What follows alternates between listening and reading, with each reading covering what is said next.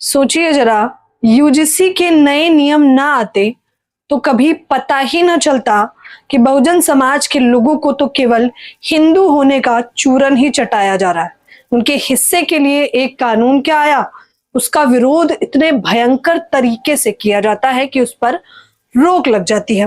हालांकि आज इस वीडियो में मैं कहीं से कहीं तक ये बात नहीं करने वाली हूं कि यूजीसी के नए नियम अच्छे हैं या बुरे हैं, सही है या गलत है, क्योंकि ये पूरा मसला अब सर्वोच्च न्यायालय में है। तो 19 मार्च का हम भी आपकी तरह इंतजार कर रहे हैं, टकटकी लगाए हुए हम भी बैठे हुए हैं कि अब देखना होगा कि सर्वोच्च न्यायालय इतनी सारी वीडियोस के बाद क्या फैसला सुनाता है।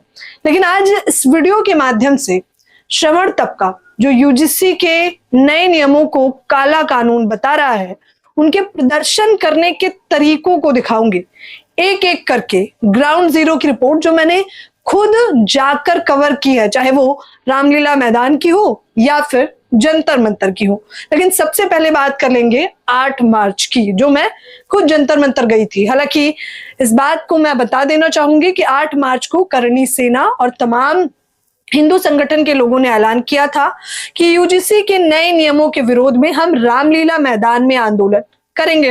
हालांकि उसके लिए उन्हें परमिशन नहीं मिलती है, इसलिए वो लोग सीधा जंतर मंतर आ जाते हैं।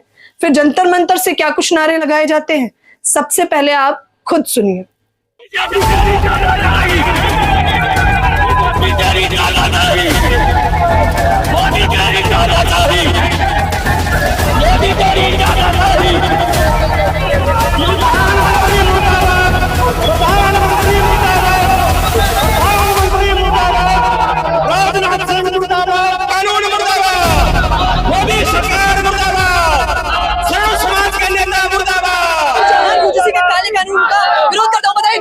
नहीं जाने दिया जा रहा आप लोगों को।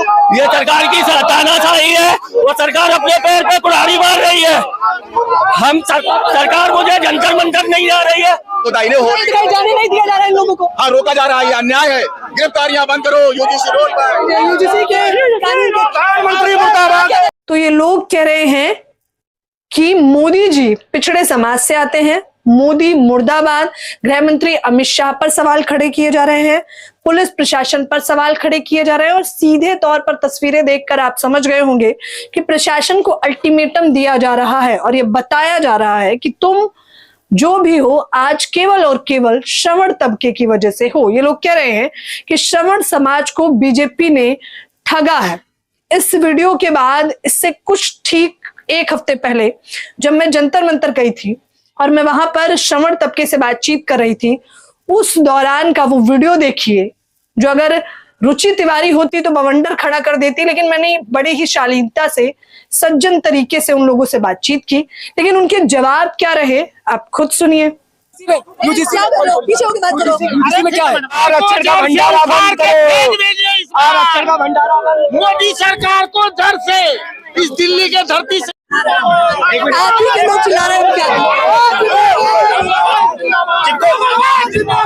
मनुवादी है चरस कान्हा। अरे रुको, तो चरस कान्हा पी के जैनू वाली यूजीसी का ये यूनिवर्सिटी ग्रांट कमीशन हिंदी में बताइए। हिंदी में बताइए। अच्छा, अगर ये नहीं पता है तो जैनू के कॉलेज के अंदर उसके पाइप में से इतने सारे कॉन्डम्स निकले गए थे। हमें उस चीज से भी दिक्कत है, आपको दिक्कत नहीं है? कॉन्डम से दिक्कत है। तो इस वीडियो में तमाम लोग जो कह रहे हैं कि यूजीसी के नए नियम काला कानून है, ये लोग ये जो दमखम दिखाते हैं कि हिंदू हृदय सम्राट और हिंदू राष्ट्र बनाना चाहते हैं, ये लोग मेरे चारों तरफ घेराबंद करके खड़े हैं। एक एक करके इनके पास कोई जवाब नहीं है। मैंने पूछा कि यूजीसी क्या है, तो इन्हें नहीं पता कि उसकी फुल फॉर्म क्या है, यूनिवर्सिटी ग्रांट कमीशन।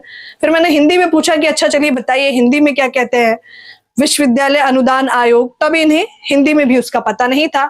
ऊपर से मुझसे कह रहे हैं कि अगर हमें नहीं पता है तो क्या हो गया। सोचिए, आप किसी कानून का विरोध करने आए हुए हैं और आपको यहां तक नहीं पता है कि वो कानून क्या है, तो ये तो एक सोच विचार का विषय है कि आखिरकार आपको कौन उठाकर लाया है आंदोलन करने के लिए। फिर उसके बाद एक महाशय जो इधर नजर आ रहे हैं, वो बहुत देर से बतियाने का प्रयास कर रहे थे, लेकिन जब मैंने उनके तरफ माइक घुमाया ये सोचते हुए कि वो शायद कुछ सटीक जवाब देंगे, वो तो युवा है, वो अगर विरोध कर रहे हैं तो कुछ बेहतर बता पाएंगे, तो वो कहते हैं कि जेएनयू की पाइप में कॉन्डम के पैकेट मिलते हैं। अब कुछ लोग इस वीडियो के बाद मुझ पे ही टीका टिप्पणी कर रहे थे, लेकिन आपको बता दें कि उस व्यक्ति विशेष ने मेरे सामने ये बात इसलिए करी क्योंकि उसे लगा कि मैं शर्मिंदगी के मारे जमीन में धंस जाऊंगी। लेकिन मैंने तो सीधा सवाल कर लिया कि आखिरकार प्रोटेक्शन से आपको क्या दिक्कत है? प्रोटेक्शन का इस्तेमाल तो करना ही चाहिए। सरकार न जाने कितने कानून बनाती है, हम दो हमारे दो जैसी मुहिम चलाती है, जनसंख्या नियंत्रण पर चर्चा करती है, तो प्रोटेक्शन से आपत्ति क्या है? दरअसल आपत्ति कॉन्डम या प्रोटेक्शन से बिल्कुल नहीं है। आपत्ति मुझे इस बात से थी कि वो इस शब्द के माध्यम से मुझे अपमानित करना चाहते थे।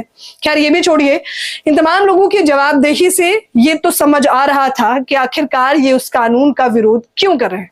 व्हाट्सएप यूनिवर्सिटी से पढ़कर आधा अधूरा ज्ञान लेकर आए हैं और सीधे तौर पर कानून का विरोध करने लगे। हालांकि आप थोड़ा तथ्यों पे बात कर लेना चाहेंगे।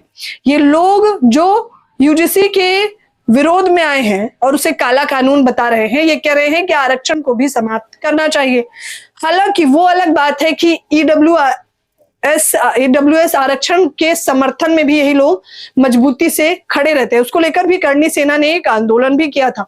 वो तस्वीर भी मैंने आपको दिखाई थी जहां पर उन्होंने प्रधानमंत्री मोदी को खून से खत लिखा था, ये कहते हुए कि ईडब्ल्यूएस समय की मांग है। वैसे तो ये आरक्षण को दम भरकर गरियाते हैं, वो अलग बात है कि ईडब्ल्यूएस के समर्थन में पुरजोर तरीके से खड़े रहते हैं। वैसे ये सभी को हिंदू बताते हैं, दूसरा पॉइंट, ये सबको हिंदू बताते हैं, लेकिन वो अलग बात है कि जब इन्हीं के भाइयों के समर्थन में कोई कानून आ जाता है या फिर यूं कहें कि असमानता को मिटाने के लिए कोई कानून आ जाता है तो इन्हें याद आ जाता है कि अरे नहीं, हम तो क्षत्रिय हैं और वो शूद्र हैं। इन्हें याद आ जाता है कि ये श्रवण तबके से हैं और दूसरा दलित समाज से है। और इन्हीं लोगों से जो कहते हैं कि हम नहीं चाहते कि इस देश में जाति भेदभाव होना चाहिए, जब इनसे रोटी बेटी पे मैं संबंध पर चर्चा कर लेती हूँ तो ये कहते हैं कि एक दलित मुख्यमंत्री क्यों ना बन जाए, प्रधानमंत्री क्यों ना बन जाए, हम अपनी बेटी नहीं ब्याह सकते हैं क्योंकि वो दलित है। वो दलित है का मतलब आप बखूबी जानते हैं कि लोग क्यों रोटी बेटी के संबंध से इनकार करते होंगे। ये तमाम वीडियोस दिखाने का मकसद केवल और केवल इतना था कि आपको बता दें कि यूजीसी के नए नियम अभी लागू तक नहीं हुए हैं, बल्कि उस पर रोक लगी हुई है।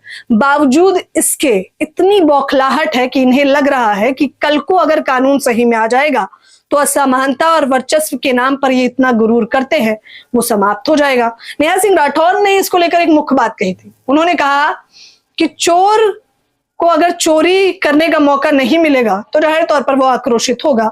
ये निशाना यूजीसी के नए नियमों पर ही था। फिलहाल हम भी देखते हैं कि 19 मार्च को सर्वोच्च न्यायालय क्या कुछ फैसला सुनाएगा, लेकिन यूजीसी के नए नियम ने प्रधानमंत्री मोदी जी को भी याद दिला दिया है कि आप पिछड़े वर्ग से आते हैं, क्योंकि वो तो ये मान बैठे थे कि वो तो नॉन बायोलॉजिकल है। सिर्फ पीएम मोदी को ही नहीं बल्कि पिछड़े वर्ग से आने वाले मोहन यादव को भी याद दिलाया गया, गृह मंत्री अमित शाह को भी याद दिलाया गया और तमाम ऐसे लोग जो चुप्पी साध के बैठे थे, कुछ बोला भी नहीं उन लोगों ने, फिर भी उन्हें लपेट लिया ये कहते हुए कि आप पिछड़े वर्ग से आते हैं और भूलिए मत कि हम श्रवण हैं, वो तबका जो आपको सत्ता में बिठाता है। इन चर्चाओं पर आप लोग भी मुझे अपनी प्रतिक्रिया जरूर दीजिए। धन्यवाद।